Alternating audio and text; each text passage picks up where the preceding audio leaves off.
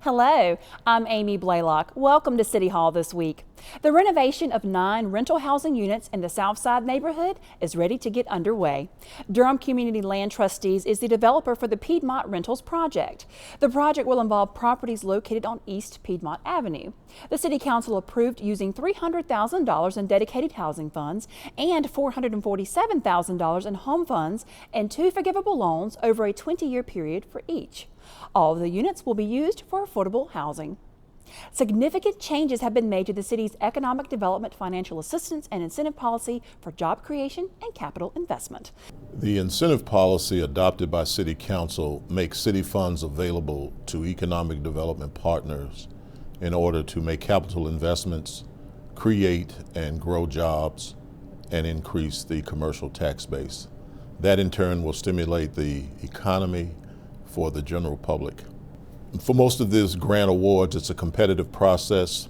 An independent committee will evaluate the applications.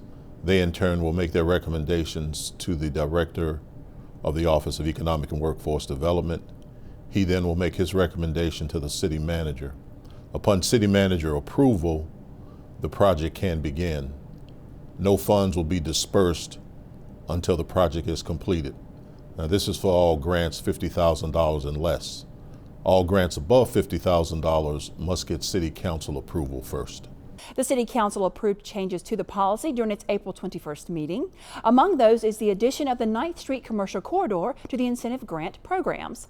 The businesses along the corridor from 9th Street and Iredell Streets between Main and Green, and businesses on Main, Perry, Markham Avenue, and Green Street between 9th Street and Iredell and Safeway Street would be involved in this incentive program for 9th Street.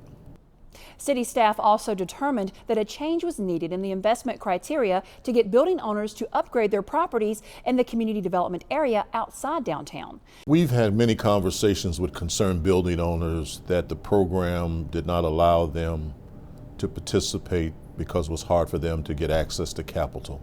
The requirement was the properties had to get $187,500 worth of renovation in order to participate.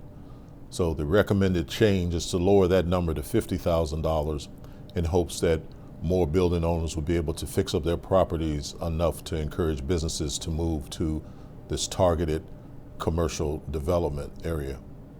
With the new minimum investment of $50,000, the incentive payment would not be more than 40% or $20,000. Another change to the policy involves the sign and facade grants program.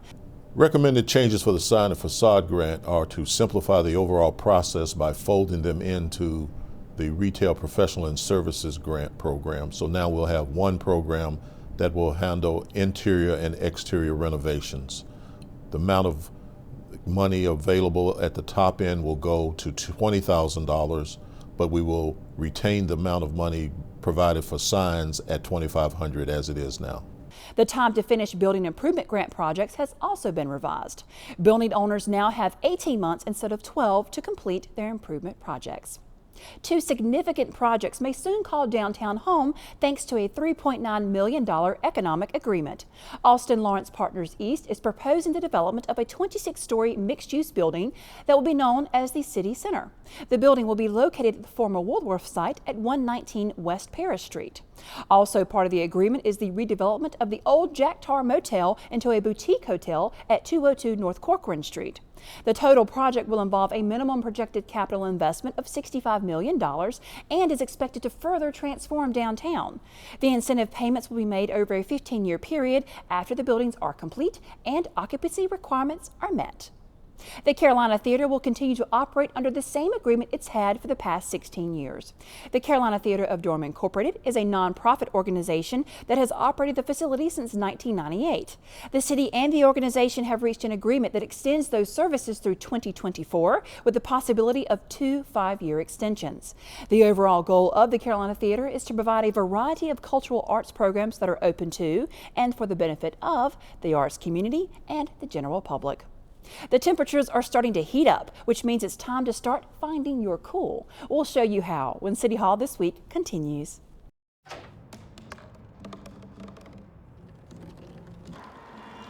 Everybody has a dream.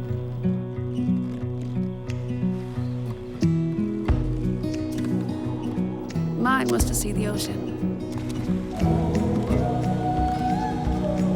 And with a little help, I made it.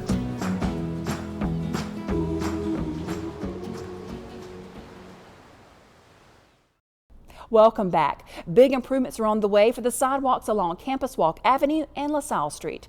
A $269,000 grant, along with $71,000 in local money, will allow sidewalks to be built on both streets. While there is some existing sidewalk along both, the project will close gaps and increase connectivity. On LaSalle Street, the project will provide a complete sidewalk on both sides of the street between Irwin Road and Kangaroo Street. For Campus Walk Avenue, the project will provide a complete sidewalk on the north side of the street between LaSalle Street and Marine Road. Construction of the sidewalks is expected to be finished by March of 2016. City employees are learning how to be more environmentally friendly when they drive. The Fleet Management Department hosted an eco-driving class on April 15th, and what it hopes will be the first in an ongoing driver training program. The 3-hour Drive Green, Save Green training class emphasized that with a few simple changes to the way you drive, less fuel will be used. That in turn saves money, improves air quality, and reduces the amount of petroleum being imported. The training was provided by the North Carolina Solar Center at NC State. And finally, if you're looking for a way to find your cool this summer, then downtown Durham is the place to be on Thursday nights. Downtown Durham Incorporated is launching the second year of its free Find Your Cool Summer Concert Series on Thursday, May 8th. The concerts will be held at the CCB Plaza and will start at 7 p.m. From hip-hop to funk to African and Americana, the series will feature 13 weeks of a variety of music for everyone. A complete lineup of this year's bands is available on Downtown Durham Inc.'s Facebook page. That does it for City Hall this week. Don't forget to like us on Facebook and follow us on Twitter. And you can find us on demand on Durham Television Network's webpage and on YouTube. I'm Amy Blaylock. Thank you for joining us.